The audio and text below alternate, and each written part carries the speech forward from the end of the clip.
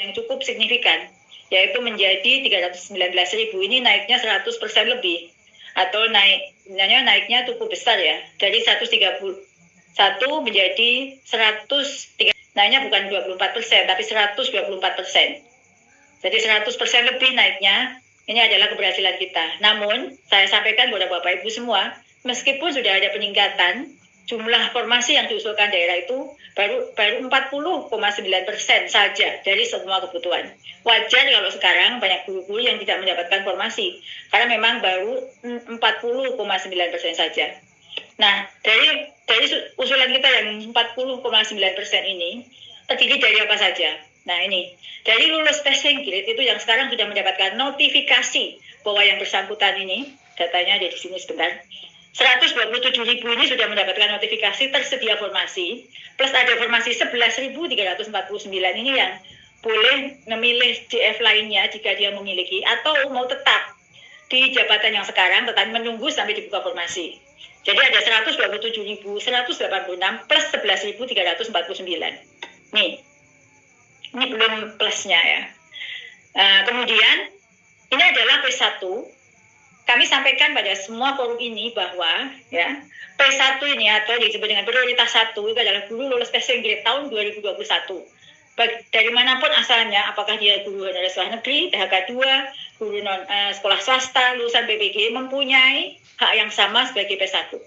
Meskipun mungkin guru tersebut sudah diberhentikan oleh sekolahnya, terutama di yayasan, karena dianggap keluar dari yayasan dengan memilih ASN P3K, tapi Bapak Ibu perlu tahu bahwa ini sekaligus jika forum ini tersiar secara luas, banyak pertanyaan yang masuk ke WA saya sampai kewalahan ya, hampir 24 jam guru-guru itu bertanya, apakah jika dia milih tidak lulus saat ini, apakah status P1-nya hilang? P1 terkunci pada jabatan atau formasi passing grade-nya. Jadi kalau dulu Bapak Ibu adalah guru SD, tapi tahun 2021 tidak tersedia formasi SD, kebetulan linearitasnya adalah IPA, kemudian memilih guru IPA di SMP dan tidak mendapat formasi tahun lalu, maka yang menjadi pertimbangan kita di dalam database kita lolos PG-nya adalah P1-nya, bukan guru kelas SD-nya. Jadi itu yang harus diketahui. Mengapa saya guru kelas SD, di SD saya ada formasi, tapi kenapa saya nggak dapat? Karena Bapak waktu itu melamar sebagai guru IPA. Itu harus diketahui ya. Yang dikunci di P1 adalah passing grade-nya waktu mengikuti seleksi 2021 yang diuji saat itu. Karena kenapa? Karena yang dipakai sebagai acuan adalah nilai hasil uji yang mata pelajaran yang dipilih pada saat itu. Jika pemerintah daerah mengusulkan formasi kurang dari kebutuhan, maka P1 tersebut tidak akan mendapatkan formasi. Ya, tidak akan mendapatkan formasi. Karena tidak ada formasi di tempat Anda. Jadi kalau memaksa, pokoknya harus diangkat tahun ini. Tolong berikan jalan keluar. Karena kami sudah melakukan jalan keluar, Pemda tidak membuka formasi. Kemudian,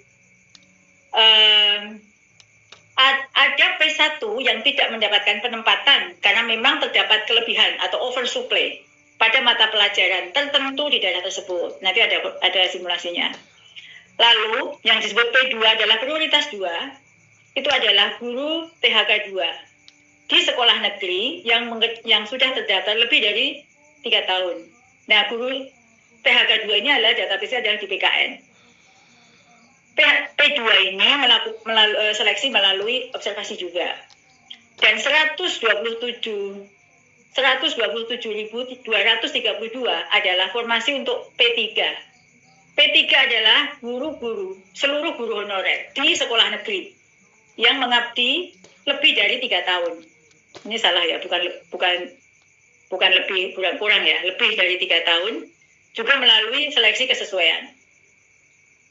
Guru honorer sekolah negeri ini itu mungkin sama dengan guru-guru lulus passing grade. Ada yang masa kerjanya 3 tahun minimal, ada yang sampai mungkin 15 tahun, mungkin juga 20 tahun, yang tahun 2021 belum beruntung lulus ambang batas.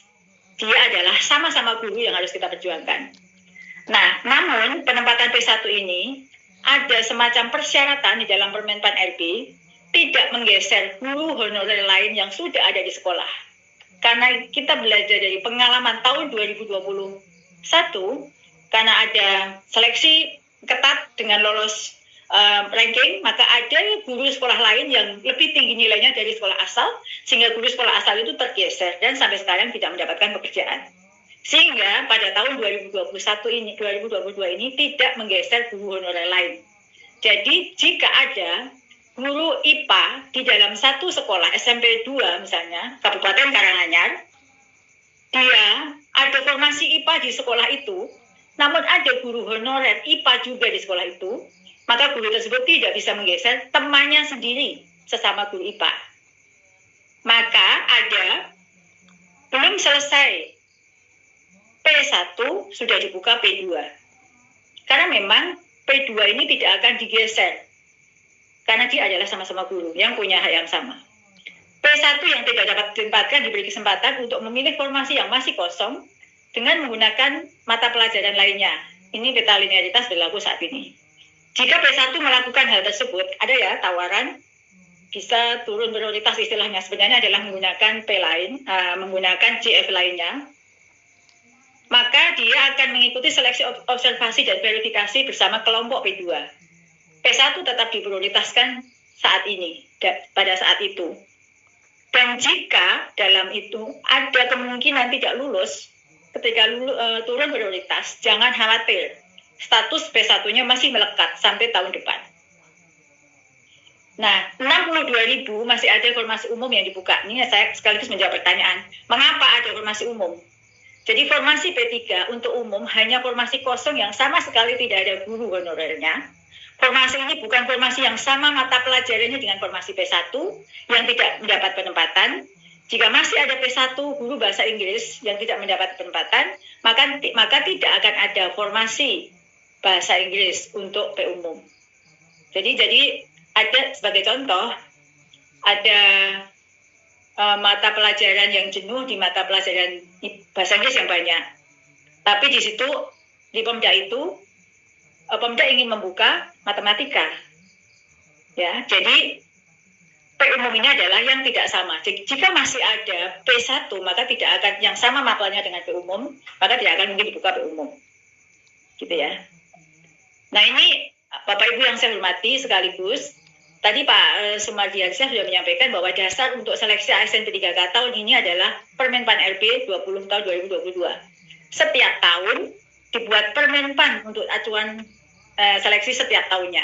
Tahun 2021 Permenpannya sudah beda dengan saat ini. Dalam Permenpan ini ada 3 mekanisme. Di sini memang ditulis pertama kali seleksi prioritas 1, mekanisme 1 adalah penempatan bagi lolos PG. Jika masih tersedia formasi, maka ada masuklah seleksi kesesuaian. Jika masih sisa, baru seleksi tes untuk mekanisme pelamar umum.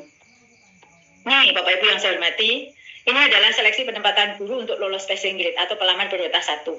Ini adalah data yang ada di kami saat ini. Ada 193.954 guru lulus prioritas 1. Dari 193.000 ini, yang ada kebutuhan, kekosongan jam pada saat ini adalah untuk 169.078 formasi. Sedangkan yang 24.000 ini adalah tidak terdapat kebutuhan atau oversupply. Nah, dari 169.000 ini, yang sekarang sudah mendapatkan notifikasi formasi, mendapatkan formasi, adalah 127.186.000.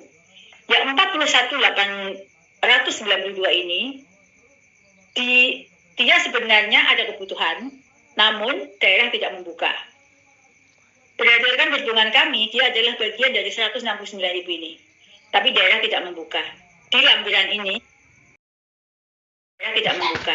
Di lampiran ini, taparan ini ada daerah-daerah yang tidak membuka. Nah, ini diperlukan koordinasi dengan Pemda.